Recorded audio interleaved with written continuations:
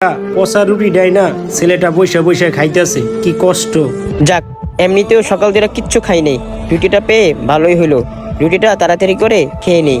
যাক, আঙ্কেল যখন টাকাটা দিছে ওই টাকাটা দিয়ে রাত্রে আমি কিছু কিনে খাবো। যাক, তাড়াতাড়ি করে রুটিটা খেয়ে নেই। আমার আবার অনেক কাজ পড়ে আছে, সেগুলো কাজ তাড়াতাড়ি শেষ করে বাসায় যেতে হবে। না, আমার কাছে বিষয়টা ভালো লাগতেছে না। যাই ছেলেটার কাছে যাইয়া জিজ্ঞেস করি কেন এই পচা রুটিটা খাইতেছে। এই ছেলে, তুমি ওঠো। আরে কি ব্যাপার, হঠাৎ করে ভাইয়া এখানে আসলো? জি ভাইয়া, কিছু বলবেন? আমি তো আপনাকে চিনতে পারলাম না। আচ্ছা, আমি একটা জিনিস দেখলাম, এই রুটিটা কিছুক্ষণ আগে ওই দোকানে একটা লোক খাইতে নিছিল। এই রুটিটা ফালাই দিল কুকুরের সামনে, আর কুকুরের সামনে থেকে এই রুটিটা এনে তুমি খাইতেছো। কিন্তু কেন, আমি কি এটা জানতে পারি? ভাইয়া তাহলে শুনেন, আমি কুকুরের মুখ থেকে কেন খাবারটা নিয়ে আসছি। ভাইয়া, আমি সকাল থেকে এ পর্যন্ত কিচ্ছু খাই নাই, তাই আমি ক্ষুধার জ্বালা সহ্য করতে না পাইরা কুকুরের মুখ থেকে খাবারটা আমি নিয়ে আসছি।